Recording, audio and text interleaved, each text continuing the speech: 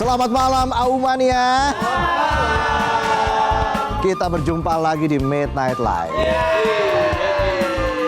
Apa kabar penonton? Bentar lagi kita merayakan kemerdekaan.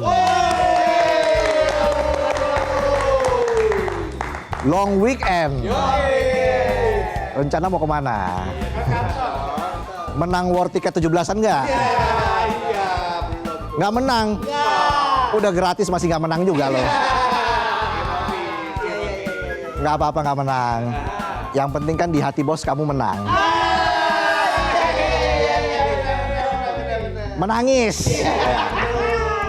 Langsung aja kita mulai. Inilah Midnight Live.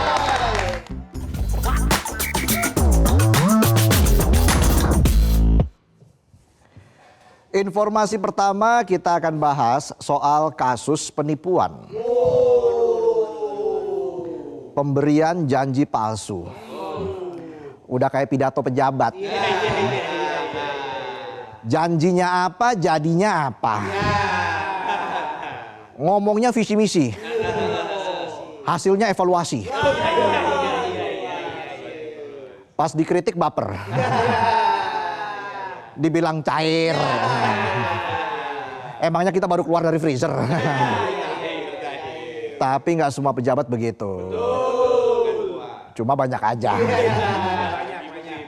Makanya janji jangan dipegang. Di screenshot. Bisa aja saya.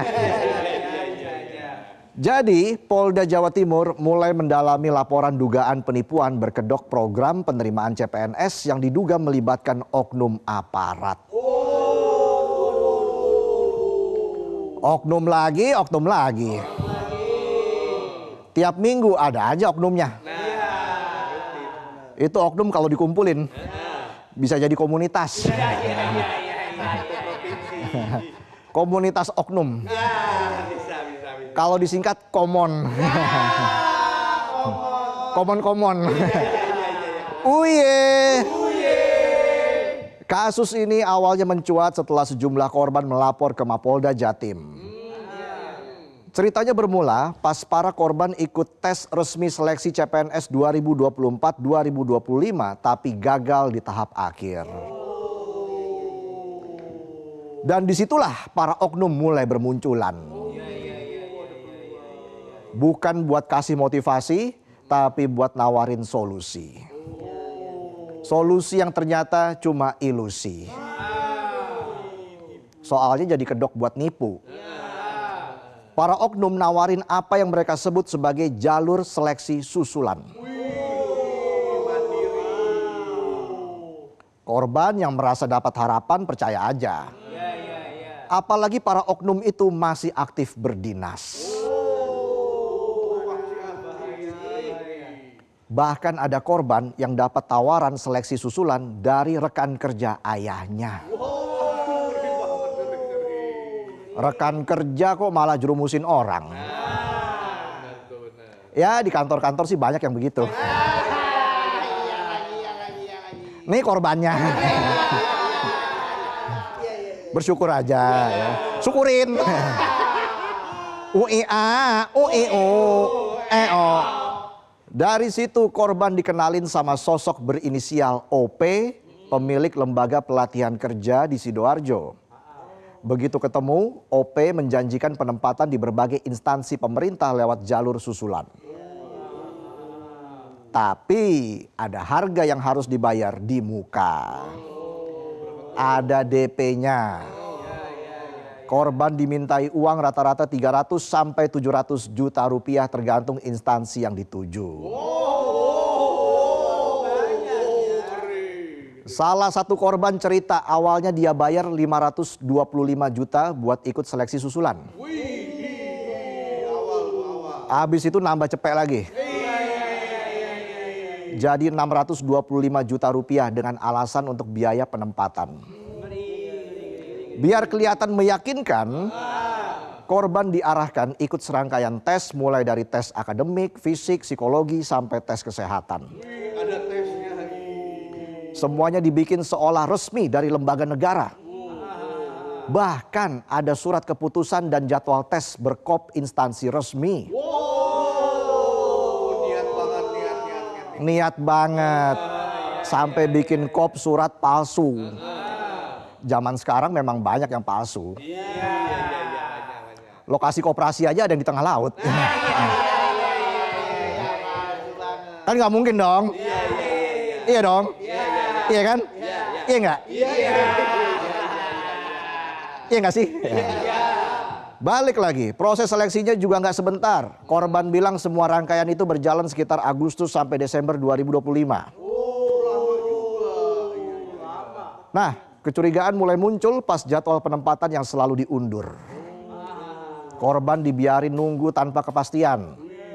Korban akhirnya coba cek langsung ke instansi terkait dan ketahuan kalau semua dokumen dan semua proses seleksi susulan itu ternyata palsu. Pas tahu ditipu, korban gak tinggal diam. Mungkin dalam hati mereka bilang, dimintain uang saya diam. Disuruh tes susulan saya juga diam. Tapi sekarang saya sampaikan, saya akan lawan. Mereka datengin si inisial OP dan minta uangnya dikembalikan. OP sempat menyanggupi tapi namanya juga OP, orang penipu. Hasilnya ya tipu-tipu. Korban pun akhirnya lapor ke polisi. Sampai sekarang udah ada 5 korban yang melapor. Total kerugian dari 5 korban mencapai 3,5 miliar rupiah. Kuasa hukum korban Ketut bilang jumlah korban kemungkinan besar bisa mencapai 20 orang dengan kerugian tembus 20 miliar rupiah. Penonton kalau dapat 20 miliar, gue yakin lo langsung bikin dapur kan. Renovasi rumah itu loh. Negatif thinking aja pikirannya, nggak pernah positif. Kasus ini jadi pengingat, hati-hati sama orang yang terlalu banyak janji. Apalagi pakai minta uang. Kita kan kerja buat cari uang, bukan buat kasih setoran. Kalau penonton kan kerja buat hahe. Bibir lo kapalan. Ingat, pastikan dulu setiap informasi penerimaan atau rekrutmen melalui kanal resmi instansi bersangkutan. Jangan mudah percaya sama pihak yang menjanjikan kepastian kelulusan di luar mekanisme resmi. Kalau kelulusan bisa dibeli namanya bukan seleksi. Reservasi. Oke, itu tadi informasi pertama. Kita ke informasi selanjutnya. Dari kasus penipuan kita geser bahas kasus kebakaran. Bukan kebakaran jenggot gara-gara kebanyakan tuntutan yang gak pernah keturutan. Kayak 17+8. Apa kabar tuh ya? Tapi ini soal kebakaran hutan di kawasan Gunung Bromo yang terbakar hampir 2 pekan dan akhirnya berhasil dipadamkan.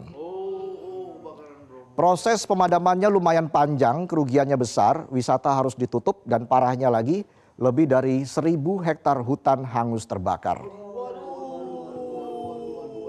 Bayangin pohon 1.000 hektar hilang.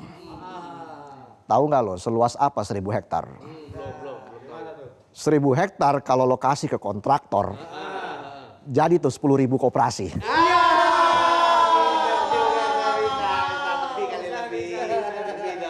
Kan lagi tren koperasi di gunung. Bisa aja saya. Nah, kebakaran di Bromo diduga dipicu karena ulah manusia. Karena kalau ulah tikus nggak mungkin, tikus kan nyolong duit. Buah nangka, buah alpukat. Banyak gaya tapi nyolong duit rakyat.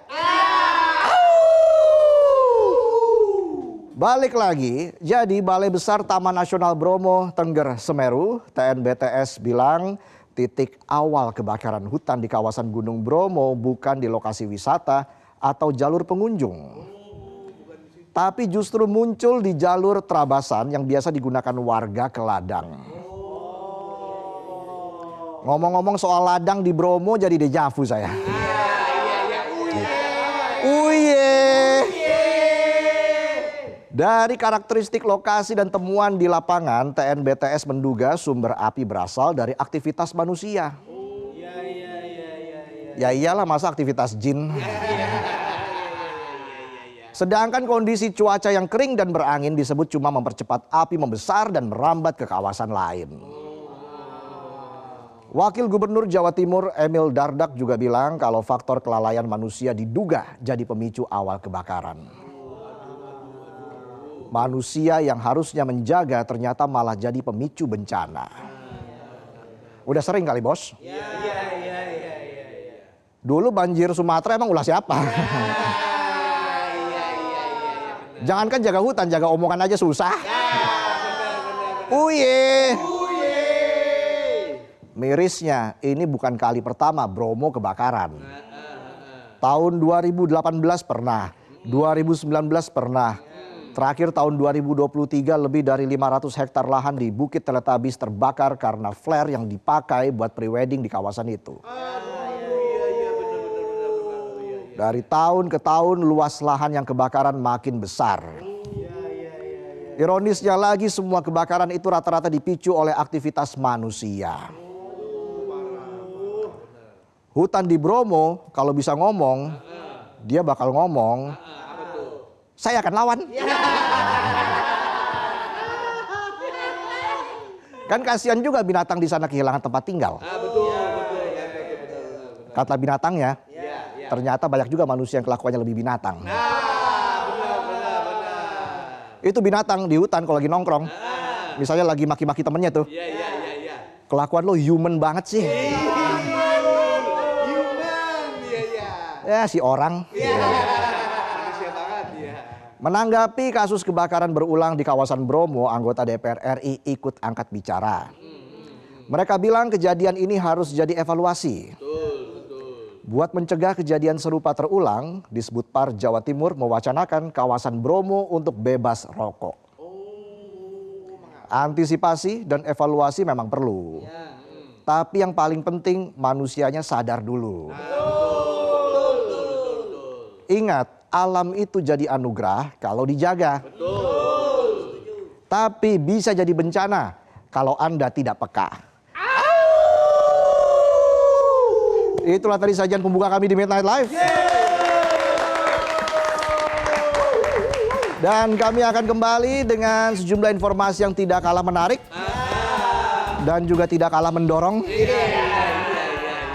Jadi jangan kemana-mana, tetaplah di Midnight Live.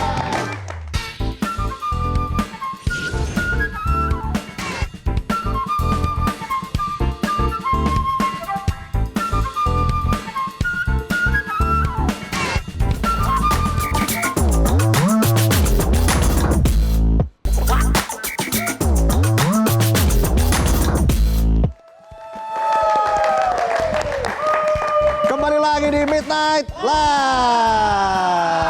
Auman yang mana suaranya?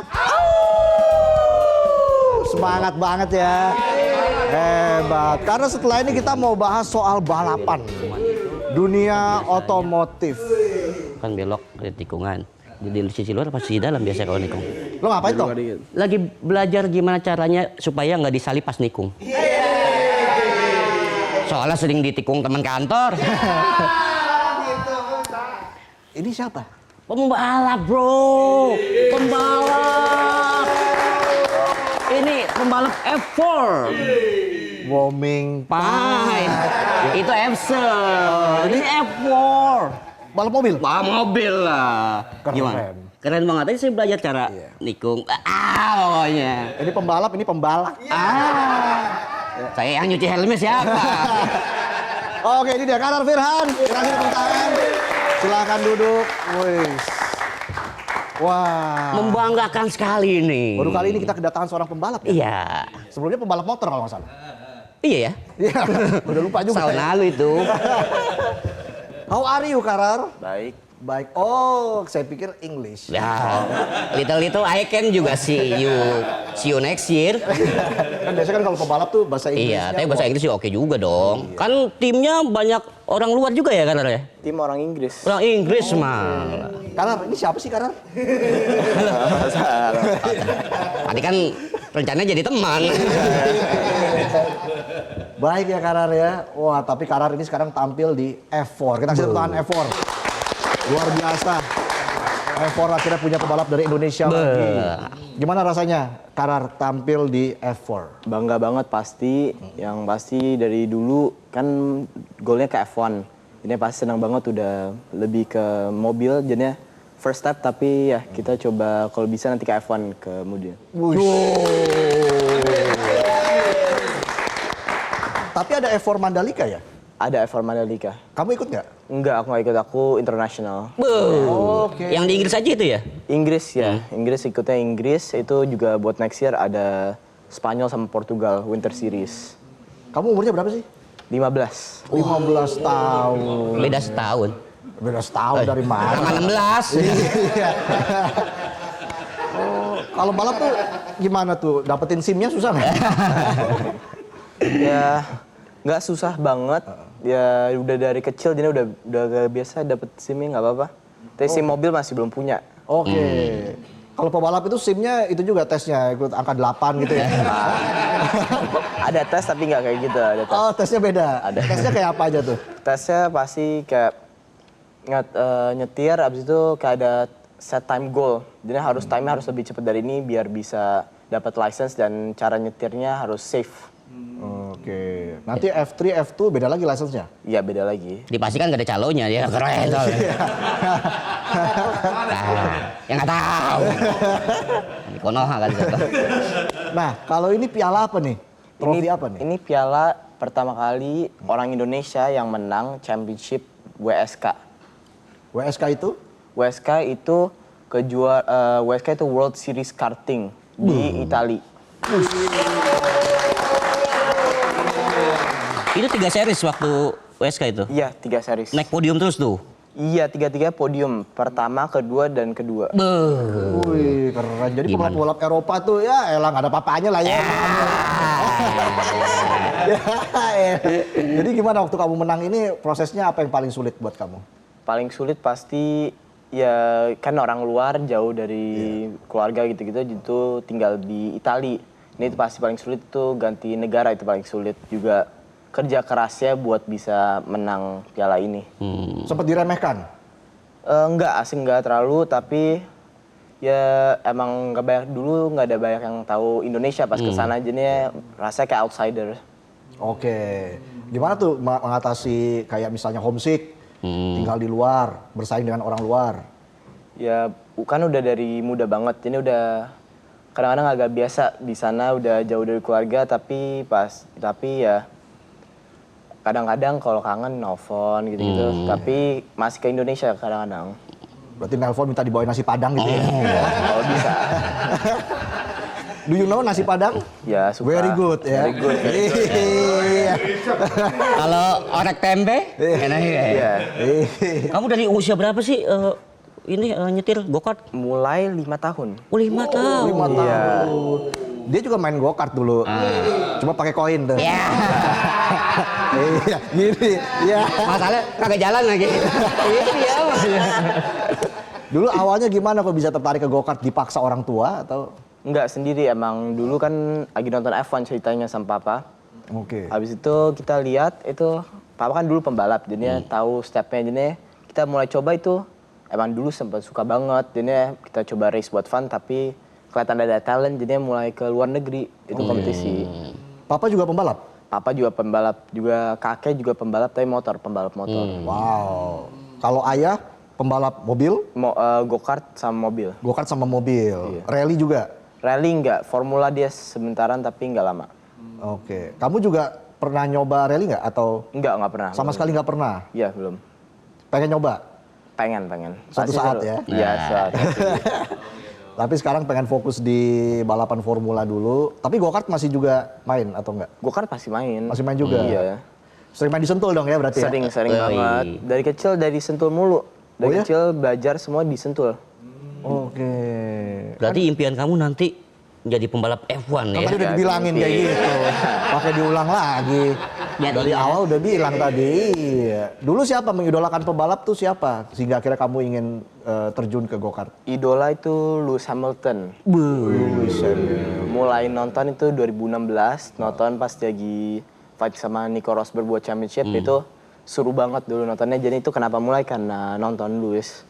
Lewis Hamilton. Sekarang udah pindah ke Ferrari dong. keren banget ya, Bang. Ya itu mah. Udah jingkrak.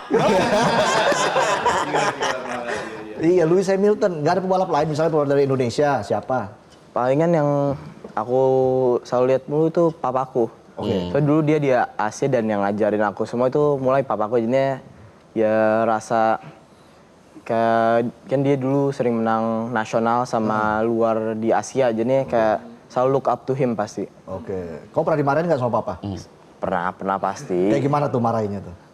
Lebih kayak ngebantu move forward, bukan marah. Oke. Bantu bisa lebih cepet dan lebih. So kadang-kadang kan mulai kan muda banget. Itu yang anak-anak kan itu tua. Lebih ketuaan. Jadi lebih kayak 10 pas mulai kan 7 mulai balapan. Jadinya kadang-kadang rasa kecil kembar yang lain. Jadinya papa bantuin biar bisa lebih berani sama anak-anak lebih gede. Iya. Ngomong papanya siapa sih? Firan Ali. Pebalap legendaris lah ya. Legendaris, legendaris. Pasti tahu di dunia otomotif siapa Firan Ali. Nah, kamu juga kan harus jaga badan nih. Ya. Hari-hari makan gimana tuh? Hari-hari ada diet. Pertama jangan makan kebanyakan gorengan. Jadi nasi goreng harus Hasilnya begini agak- nanti ya. Iya. Emang di Inggris ada gorengan?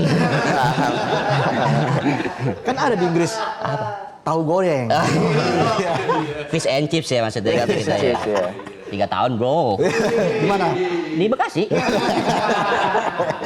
Jaga makan penting. Olahraga tiap hari apa aja? Olahraga seminggu ada lari, gym, weight training sama boxing.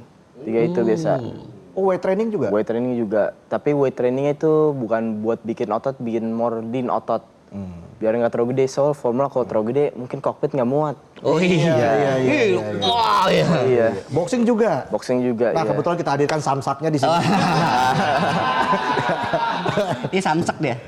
Sama sekali. Oke, boxing. Karena kan juga badan harus tetap lean, ya.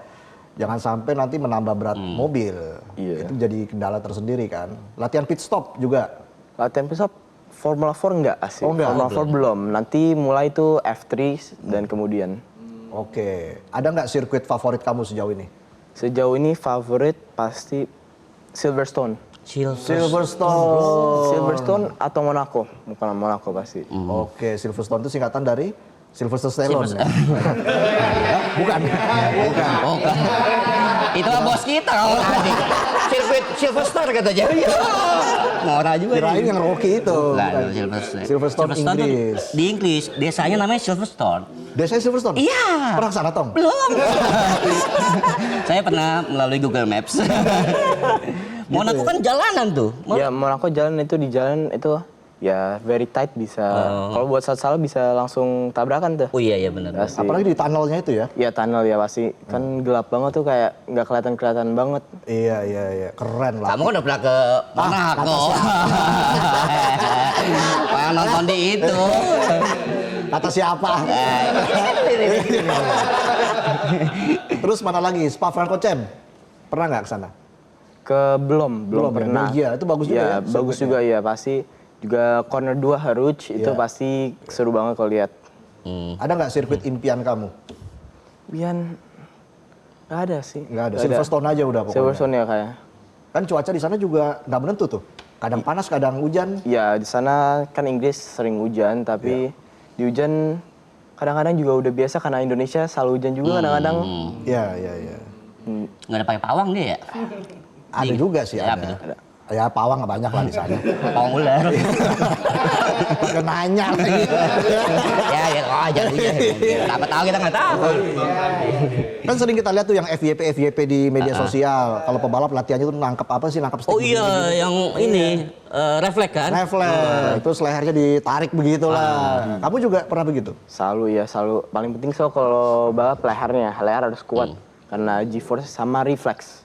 Oke. So kan cepet banget balapan jadi beneran harus ready for ada apa di depan. Kenapa itu latihan boxing juga, biar jadi leher beton kan?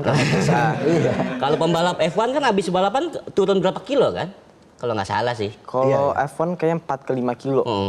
Kalau aku kalau habis balap palingan cuma setengah kilo, nggak lebih. Setengah kilo. Iya, so balapan nggak lama, cuma 30 menitan. Nah cocok tuh Tong. Gimana kalau balapan tiap hari biar turun berat badan?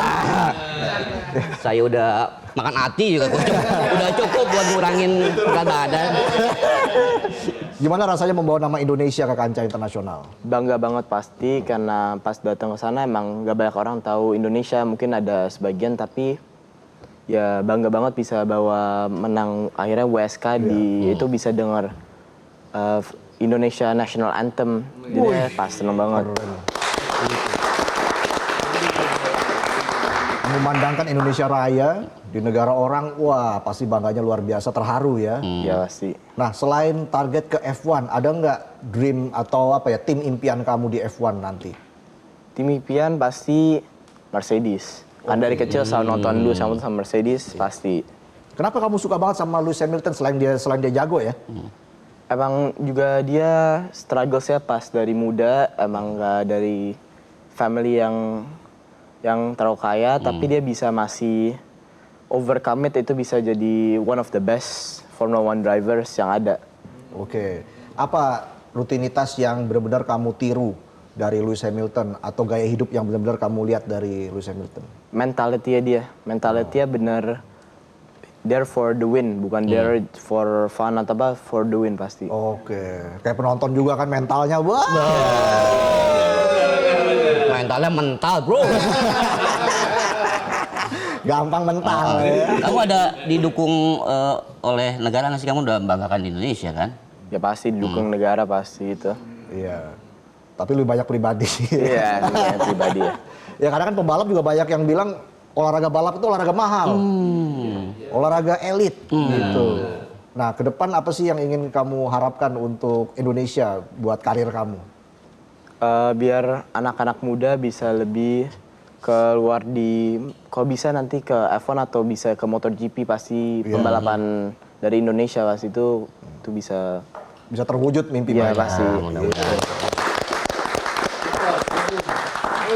Dan selanjutnya mungkin ada rekan kita nih. Iya. Iya, yang mau gabung sama kita. Oke. Siapa dia? Hamilton kenalin Kim Kardashian. Wah. Udah tahu aja gosip-gosip ya.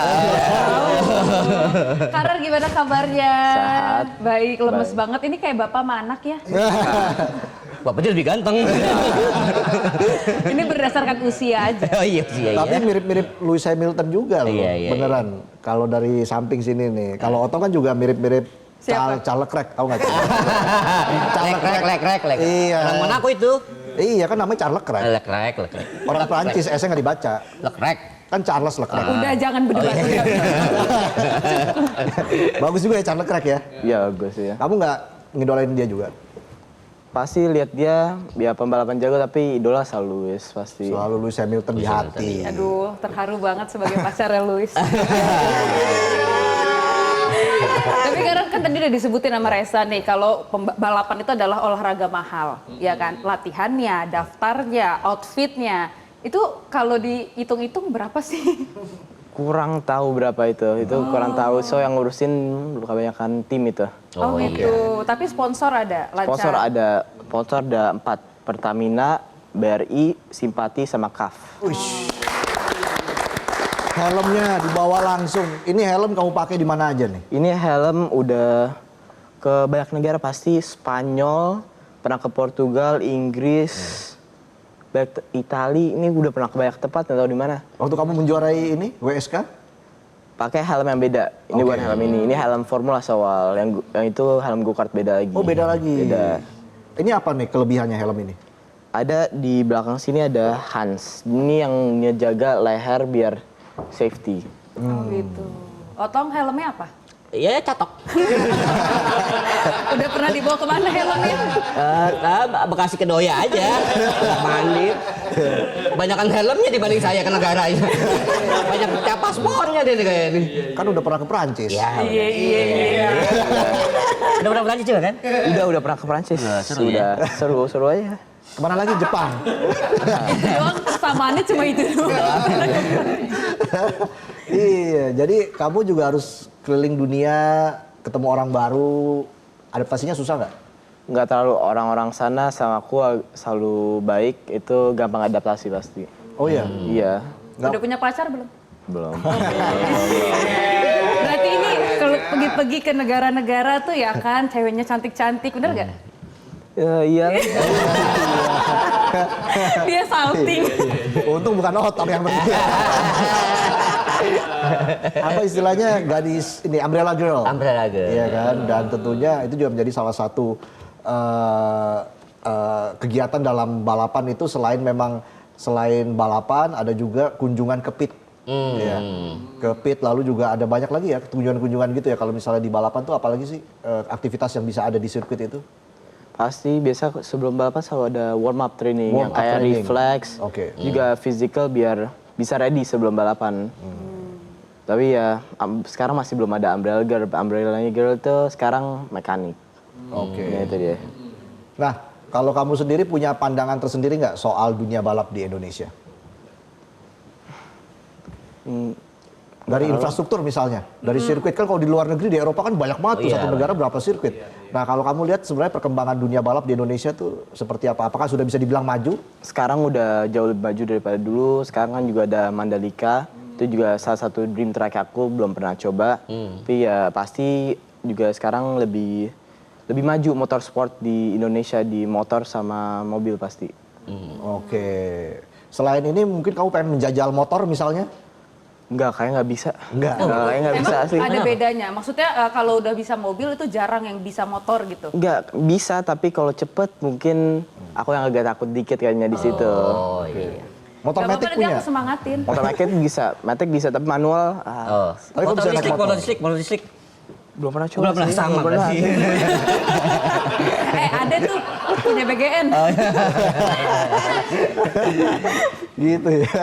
Pelan-pelan asal nyampe ya kalau naik Iya. motor. Ada nggak hobi lain selain balap kamu? Golf. Pasti golf. Main Iya. golf. Olahraganya mahal-mahal. Iya. Otong biasanya apa? Ya, biasa congklak. Itu bukan olahraga. Bukan olahraga ya, Iya. permainan. Driving range kan? Driving Kalau golf tuh range. driving range, sama-sama driving. Iya. Enak kalau driving lain nggak jalan-jalan situ aja ya kan. Pernah main ke ini nggak? Apa namanya, ke tempat-tempat yang menarik di luar negeri selama balapan? Ada waktu nggak buat berkunjung wisata dan sebagainya? Pasti bisa kadang-kadang kita ada seberapa hari pasti udah lihat banyak tempat, banyak negara itu ya. Udah sekarang udah mungkin lebih dari 20 negara buat balap doang udah ke sana atau mungkin udah 30 lebih. Ini udah banyak banget negara. Ketemu idola belum selama keliling dunia nih? Belum, yang paling dekat sama idola paling pernah ketemu Lando Norris. Lando Norris. Tapi Lewis masih belum pernah. Pengen banget ya Pengen pasti. ketemu Lewis ya. Pengen ya. Kira-kira targetnya mau berapa tahun di F1? Berapa tahun palingan kita coba satu tapi kemungkinan dua. Dua ke 1 tahun. Belum pasti kapan tapi pasti antara segitu. Bisa nggak dari F1 langsung ke F2 misalnya? Nggak bisa, itu nggak bisa. Oke. Kita harus ke F3 dulu, tapi dari F3 bisa langsung ke F1. Dari F3 langsung ke F1? Iya bisa itu. Oke. Berarti target F1-nya kapan nih? Kita coba target kalau semua lancar 5 ke 6 tahun. Wow, berarti 20 tahunan ya. Masih 15 tahun bro. Iya. Iya, kalau 6 tahun 7 tahun lagi kan umur 21-22. Iya, masih muda banget itu. Otong dua-dua ngapain? Masih skripsi. Selesai nggak? Iya juga ya. Jadi 15 tahun udah balapan. Itu masih ujian nasional itu. Apa nih harapan kamu buat diri kamu selain nanti sukses di balap, tapi mungkin di luar balap, apa harapan buat diri kamu sendiri? Kalau bisa inspirasi orang-orang Indonesia biar bisa maju di motorsport dan bisa juga Indonesia juga bisa lebih maju di support pembalap buat lebih ke motorsport. Oke. Oke. Kita Pokoknya- aminkan ya. Sukses terus ya. Makasih. Karar, kita akan nunggu kamu nanti di bangku F1. Semoga doa kamu, impian kamu tercapai. Bahkan bisa lebih baik lagi dari Lewis Hamilton. Thank you Karar sudah hadir di Midnight Live dan kita masih harus jeda dulu karena nanti Sheha dan Otong akan membawakan Midnight Update. Jangan kemana-mana, tetaplah di Midnight Live.